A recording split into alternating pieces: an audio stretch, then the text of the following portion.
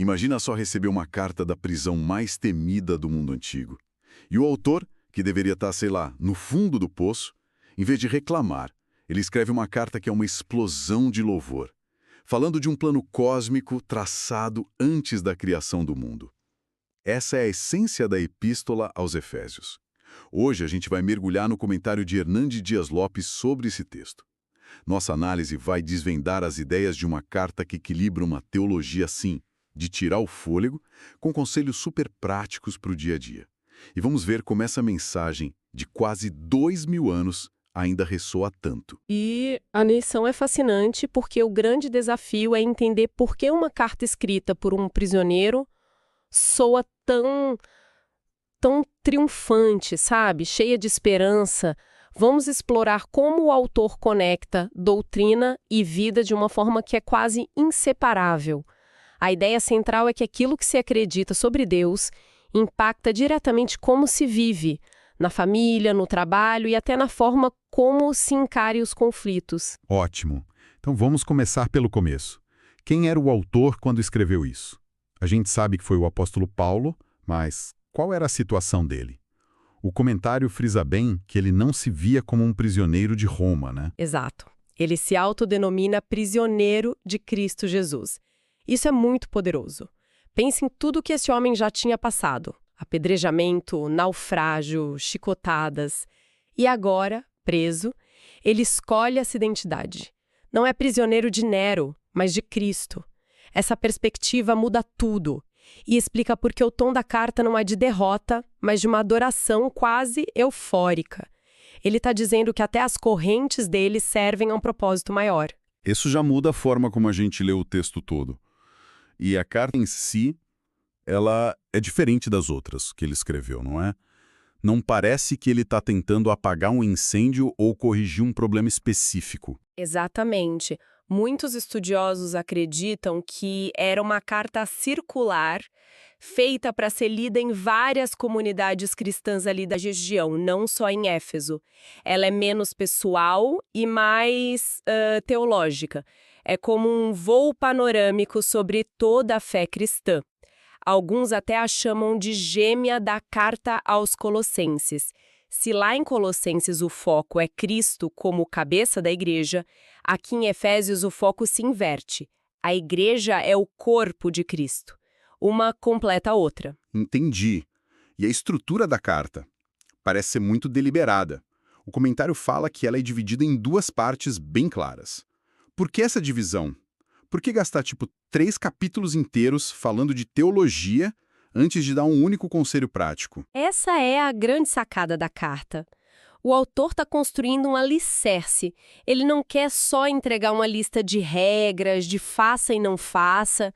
Ele quer transformar a identidade de quem lê.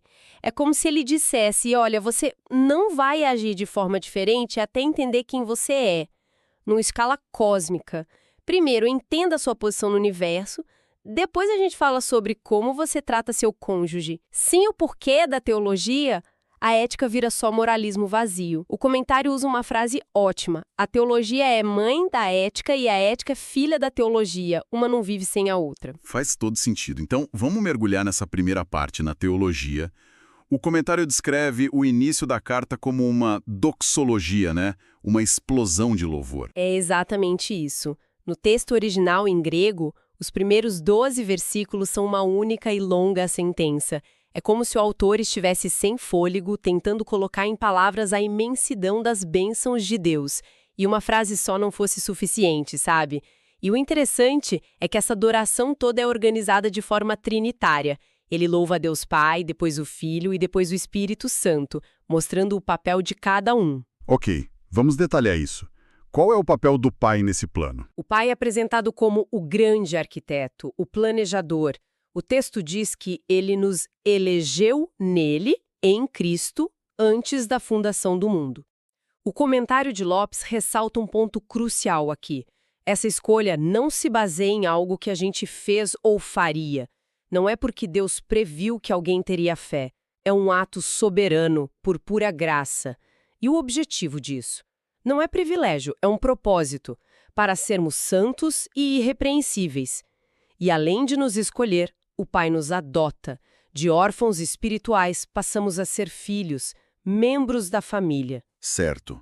O Pai planeja, nos adota, e o Filho, onde Jesus Cristo entra em cena. O Filho é o executor do plano. É nele que tudo acontece. O texto diz que em Cristo temos a redenção pelo seu sangue. Redenção era um termo de mercado de escravos. Significa ser comprado de volta, ser liberto. Nós somos comprados da escravidão do pecado.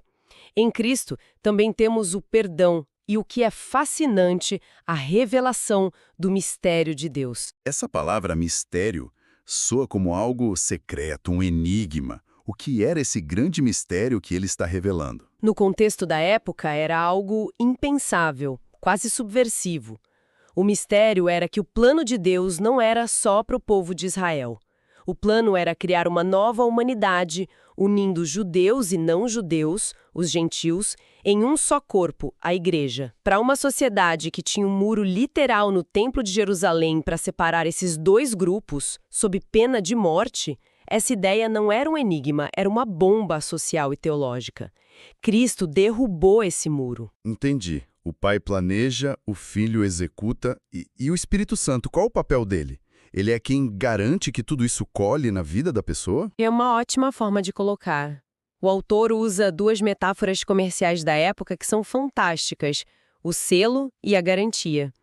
O selo de cera num documento provava autenticidade, propriedade e segurança. Era a marca do dono. O Espírito Santo é esse selo em nós. E a garantia vem da palavra grega arrabon. Era o sinal, a primeira parcela de um pagamento que garantia que o resto da dívida seria quitada. A vida com o Espírito Santo hoje é esse arrabon, uma pequena amostra, um gostinho da glória que ainda virá. Depois dessa abertura tão cheia de louvor, o começo do capítulo 2 é um choque. Ele muda o tom drasticamente e usa a palavra mortos. É uma imagem muito forte, não é? Antes de Cristo, a condição humana não é de alguém doente ou precisando de ajuda. A palavra é morto, espiritualmente morto, incapaz de reagir a Deus. E ele descreve essa condição como sendo influenciada por três forças: o mundo, que é o sistema de valores oposto a Deus, o diabo, que ele chama de príncipe do poderio do ar, e a carne, que não é o corpo físico, mas a nossa natureza humana caída, egoísta. O resultado final dessa condição é a condenação, ser filho da ira. Ok, o cenário que ele pinta é desolador. Morta, escravizada, condenada. Parece um beco sem saída. Como alguém sai disso se está espiritualmente morto portanto, incapaz de reagir? Aí que está o ponto central da mensagem. A mudança não parte da pessoa. O texto diz: "Mas Deus, sendo rico em misericórdia, por causa do imenso amor com que nos amou, deu-nos vida juntamente com Cristo." A iniciativa é 100% de Deus. É uma ressurreição espiritual. Por isso, a famosa frase: "Pela graça sois salvos por meio da fé, e isto não vem de vós. É dom de Deus." Não é um prêmio. E aqui o autor usa uma palavra grega que é poema. Poema. Isso soa familiar. Sim, é de onde vem a nossa palavra poema. O texto diz que somos feitura dele, poema dele. Não somos só criaturas de uma linha de montagem. Nós somos a obra de arte de Deus, o seu poema. Espera, isso muda tudo. Não é que somos só criaturas, mas somos a obra de arte, o poema de Deus. Isso dá outra dimensão para o valor humano. Não é produção em massa, é ateliê. Exatamente. E o propósito desse poema não é ficar parado na parede. O texto continua: "Criados em Cristo Jesus para as boas obras." A arte tem uma função. Fomos salvos para as boas obras, não pelas boas obras. Elas são a consequência, a evidência da nova vida, não a causa dela. E essa transformação, como você já adiantou falando do mistério, tem um impacto social gigantesco. Ele fala sobre derrubar muros. Com certeza. O autor chama isso de a maior missão de paz da história.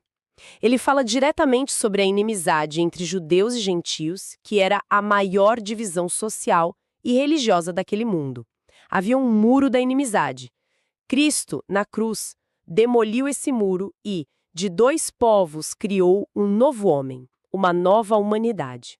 Aqueles que antes eram estrangeiros, agora são concidadãos dos santos e membros da família de Deus. A transformação é radicalmente pessoal e comunitária ao mesmo tempo. Certo. Então, depois de construir todo esse alicerce teológico, quem Deus é, o que ele fez, quem nós somos agora, essa nova comunidade, a carta muda de tom. Como essa doutrina toda se torna prática? Os capítulos finais são como um manual de instruções para essa nova sociedade. E a primeira ordem de serviço é: preservem a unidade do Espírito. O interessante é que ele não diz criem a unidade, mas preservem. A unidade já foi criada por Cristo. Nosso trabalho é mantê-la. E isso não é uniformidade, onde todo mundo é igual, né? É uma unidade orgânica, mantida por virtudes muito práticas. Humildade, mansidão, paciência. E a partir daí, as instruções ficam ainda mais específicas, entrando na vida doméstica. Como isso se conecta com toda a teologia cósmica do começo? Essa é a beleza da carta. A unidade cósmica que Cristo trouxe se reflete, se prova na unidade doméstica. O autor entra na casa, algo revolucionário para a época, especialmente no contexto do Pater Potestas romano, onde o pai tinha poder de vida e morte sobre os filhos. Ele redefine todas as relações. Vamos falar do casamento. Como ele aborda isso? Ele estabelece um modelo de mutualidade e sacrifício. Para as esposas, a instrução é a submissão, mas o modelo é a igreja se submetendo a Cristo, algo voluntário, respeitoso. E para os maridos, a ordem é amar as esposas com um amor sacrificial, e o modelo é nada menos que o amor de Cristo pela igreja que se entregou por ela. Ou seja, ele eleva o padrão para o marido a um nível altíssimo de autossacrifício. Não são regras arbitrárias, são espelhos terrenos de uma realidade celestial. E a relação entre pais e filhos também é redefinida, né? Sim, aos filhos, a ordem é obedecer e honrar, o que era esperado. Mas a bomba vem para os pais.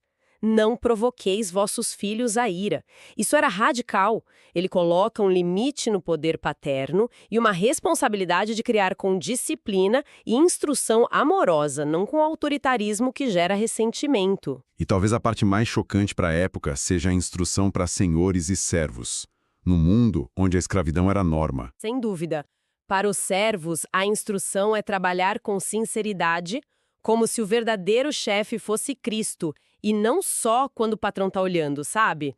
Mas a parte revolucionária é a ordem para os senhores. Tratem seus servos da mesma forma, com justiça, e parem de ameaçá-los. E por quê? Sabendo que o Senhor, tanto deles como o vosso, está nos céus, e que para com ele não há acepção de pessoas. Isso dinamitava a base da escravidão por dentro. Ele está dizendo para o dono de escravos: você e seu escravo têm o mesmo chefe, e esse chefe não tem favoritos. É uma afirmação de igualdade fundamental. Uau! A carta realmente conecta o céu com a sala de estar e o local de trabalho. E ela termina com uma imagem muito poderosa, a de uma batalha. Sim, a batalha espiritual.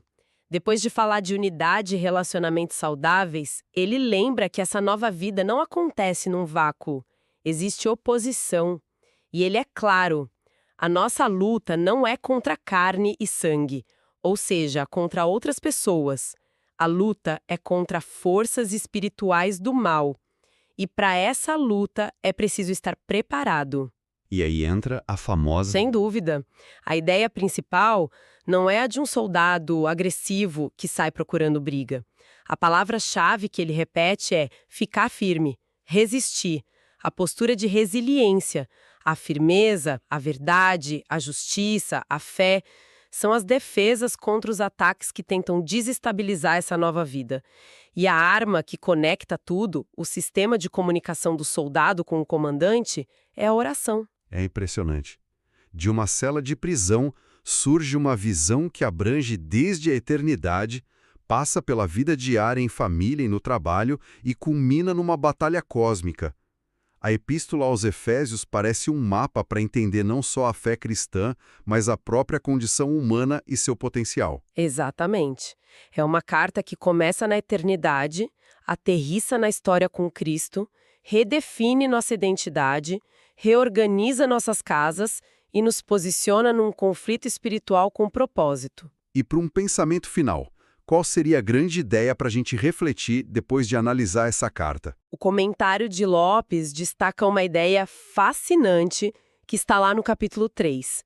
O autor diz que a igreja, essa comunidade improvável de judeus e gentios, ricos e pobres, existe para um propósito cósmico, para que a multiforme sabedoria de Deus se torne conhecida aos principados e poderios nas regiões celestiais.